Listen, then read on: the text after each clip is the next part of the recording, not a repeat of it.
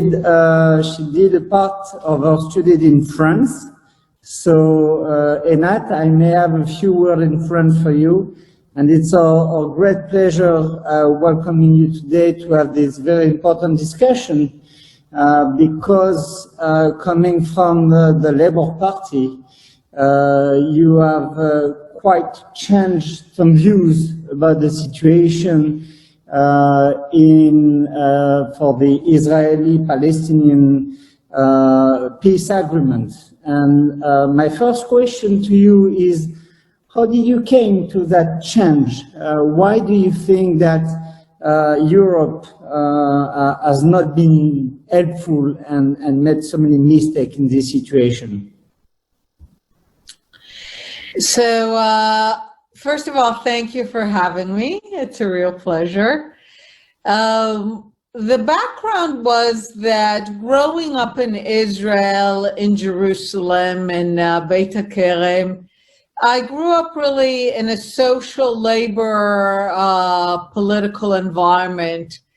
And as a young adult in the 80s and 90s, I had the Labor Party views, which at the time were really focused on the land for peace formula for making peace.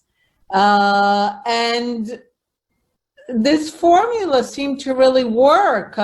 This is how we made peace with Egypt, although we can have an interesting discussion as to whether we actually have peace with Egypt. But that was the basic formula. And this was the formula for the 1990s, for the negotiations with Syria over the Golan Heights, with the peace agreement with Jordan, when it gave up its territorial demands for the West Bank, and of course for the negotiations with the Palestinians. And I, like many Israelis of the political left, had great hopes in the 90s, and especially when Ehud Barak went to Camp David, and we realized that he put on the table a very bold proposal for an end to the occupation. So a sovereign, independent Palestinian state in the West Bank and Gaza, no settlement. They were either going to be dismantled or exchanged for equivalent land, capital in East Jerusalem.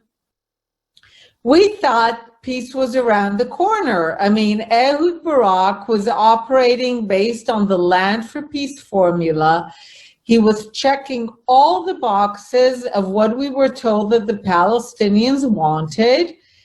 And all the Palestinians had to do was say yes. And what happened? Well, as you know, they walked away. They happened again with Abu Mazen and Ehud Olmert in 2008. He walked away from a similar proposal. And not only did they walk away, and not only was it followed by devastating violence, they were not criticized for walking away.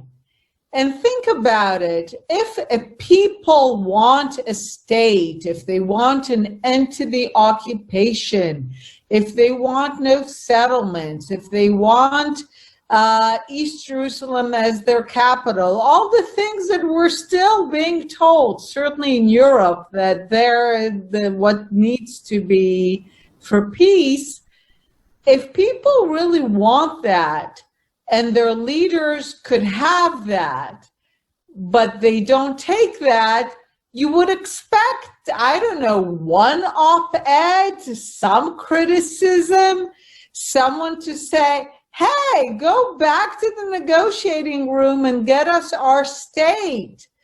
But no, they did not face criticism, which means that in walking away from those proposals, they were carrying out their people's wishes. And this led Adi, who was a senior journalist and editor with Haaretz, and myself, to go back to the drawing table and basically ask, what was wrong about our assumptions about the nature of the conflict, about what the Palestinians wanted.